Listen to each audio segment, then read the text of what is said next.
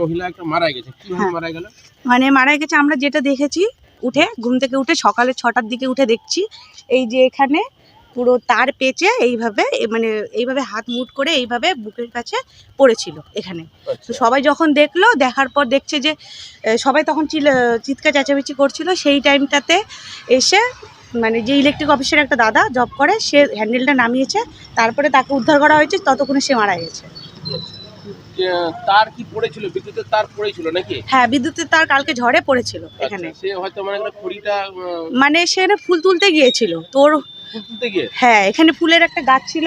আচ্ছা। তো সেখানে ও ফুলটা তুলতে গিয়ে হয়তো কোনো কারো ভুলবশত হয়তো ওই তারটা ওর হাত পড়ে গিয়েছিল, বা হয়তো ওকেই ধরে নিয়েছে, সেইভাবেই ইয়ে হয়েছে। কি নাম যে মহিলাটা মারা গেল? বিমলা দাস চৌধুরী। আচ্ছা, কি চাইছেন আপনারা? চাইছেন বলছি, ফ্যামিলিটা খুব গরিব, সবাই ওদের অবস্থা, আর্থিক অবস্থা খুবই খারাপ, যদি সবাই একটু সাহায্য করে সেটাই চাইছি। সরকারিভাবে মানে বিদ্যুৎ হ্যাঁ, দপ্তরকে তাহলে বিদ্যুৎ দপ্তরকে এটাই জানাই যে তার আর্থিক অবস্থা খুব খারাপ, বাড়ির মানে সেরকম সামর্থ্য নেই যে তার শ্রাদ্ধটাও করে। তো সবাই যদি সাহায্য করে, বিদ্যুৎ দপ্তর থেকে সাহায্য করে, তাহলে অবশ্যই তারা উপকার হবে তার ফ্যামিলি। তার ছেলে মেয়ে কয়টা? তার 2 মেয়ে আর 1 ছেলে। তো বাইরে কাজ করে, ছেলেটা বাইরে কাজ করে, স্বামীও বাইরে কাজ করে। মানে বাড়িতে বলতে উনি একাই ছিলেন, আর ওনার ছেলের বৌমা ছিল। তো বাড়িতে আপাতত কেউ নেই। ঘটনাটা কোন জায়গাটা? ঘটনাটা ঘটেছে এই যে এই গাছের নিচে, মানে এখানে কাঁঠাল গাছ আছে, কাঁঠাল গাছের নিচেই। জায়গাটা কার এটা? জায়গাটা এটা গুড্ডা ভূমিকে। কিভাবে দেখছেন এই যে একটা মহিলা মারা গেল ফুল তুলতে গিয়ে সকালবেলা, কিভাবে দেখছেন এটা? মানে সকালবেলা উঠছে ঘুম থেকে উঠে ওর প্রতিনিয়ত ছিল ফুল তোলার অভ্যেস। আচ্ছা। ফুল তোলার অভ্যেস। ও এপারে আসে, তখন ফুল তোলে, আবার মর্নিং ওয়ার্কও করে। কিন্তু তারটা যে পড়েছিল ও অনুভব করতে পারেনি, সেই তারের সঙ্গে জড়ায় গেছে, ওই দিকে ছিটকে পড়েছিল। যে তারটা ব্যবহার করা, এখন তো এই তার তো ব্যবহার করা তো চলে না খুব, মানে না, এখন তো কভার বলা তার চলে। হ্যাঁ, এখন কভার আলা দেয়নি। এটা পুরো ইলেকট্রিক অফিসের গাফিলতির ফলেই ঘটনাটা ঘটেছে। আর রাত্রেবেলা ঝড় বৃষ্টিতে আপনার হচ্ছে যেটা মনে হচ্ছে, ওই কাঁঠালের ডালটা হচ্ছে পড়ে গিয়ে তার সমেত পড়ে গেছে। তার সমেত। তার পড়ে গেছিল না? দুটো ছিঁড়ছিল না একটা ছিঁড়ছিল? না, মাঝখানে ছিঁড়ে পড়েছিল। মাঝখানে দুইটা তার না একটা তার? উপরের, একদম উপরের তারটা।